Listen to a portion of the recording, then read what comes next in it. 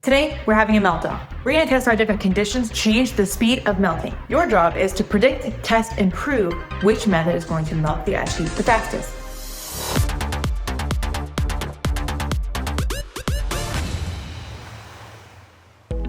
As real scientists conducting an experiment, we're going to change one variable that we can clearly identify which caused these results. Because if we change too many things at once, we're not going to know what caused the results in our experiment. So we're only changing one variable that proves how big of a difference just that one little change can make. Take 4 ice cubes and try and get the same size or close to the same size as you can get. We're going to put 1 ice cube in each cup. In the race to see which will melt first, we're only changing one variable. So we're going to have our control cup. This is just going to be an ice cube in a cup sitting right here. That's going to be our base. Our next ice cube is going to still be in this cup, in this room, but we're going to add salt to see how and if that changes anything. For the third cup, we're going to line the cup in foil. For the 4th ice cube, we're going to take that outside and see how it does with real sun and heat. First, let's predict which one do you think will melt the fastest and which one do you think will melt the slowest? The control cup with nothing going on, just cup in a room with ice. Second cup, add some salt. Third cup, lined with foil. 4th cup, out in the sun. Now, a couple things I want you to think about whenever we are watching the ice melt. 1, which starts melting first? Which starts changing shape first? Which just changes shape the fastest? And which barely melts at all? Alrighty, the time is coming. We are ready for ice melt-off. First up, cup 1, just ice. Cup 2, salt. Cup 3, foil. Cup 4, sun. Ready? Go. So melting happens whenever ice absorbs heat energy, and it turns it into liquid water.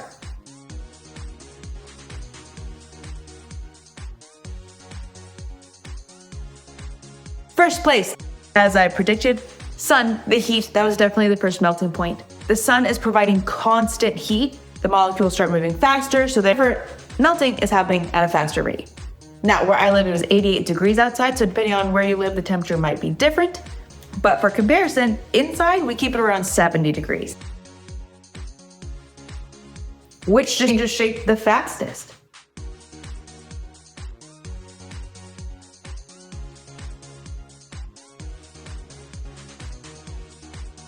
We got foil in second place. Now, foil is a really good conductor, meaning it holds heat well.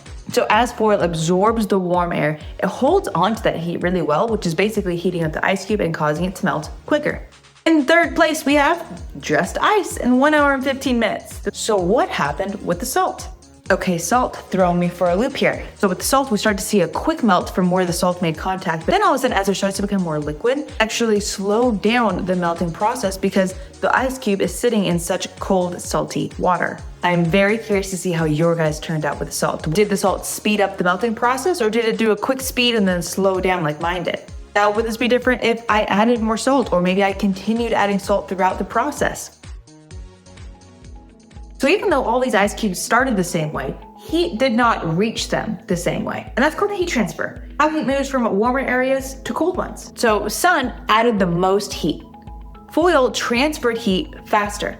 And salt kind of threw us for a loop and changed the freezing point, making a cold kind of slushy. So quick melt and then maintaining the ice cube shape for a little bit longer before it eventually dwindled into a cold slush, if you will.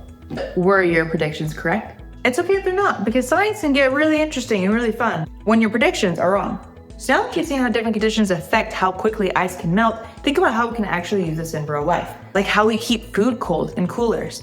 We're trying to keep our nice icy drink cold. Or maybe the different materials in your lunchbox and how they can keep your lunch colder for longer. And even ice on roads. How many of you live in a place where you see when it's cold and icy outside, they actually pour salt on the roads? This helps break the ice down faster. So roads are safer. There are so many ways where you can see this experiment in real time because science is everywhere. Bye guys, see you in the next one. If your students enjoyed this activity, check out the standards-aligned chemical versus physical changes video lesson at generationgenius.com.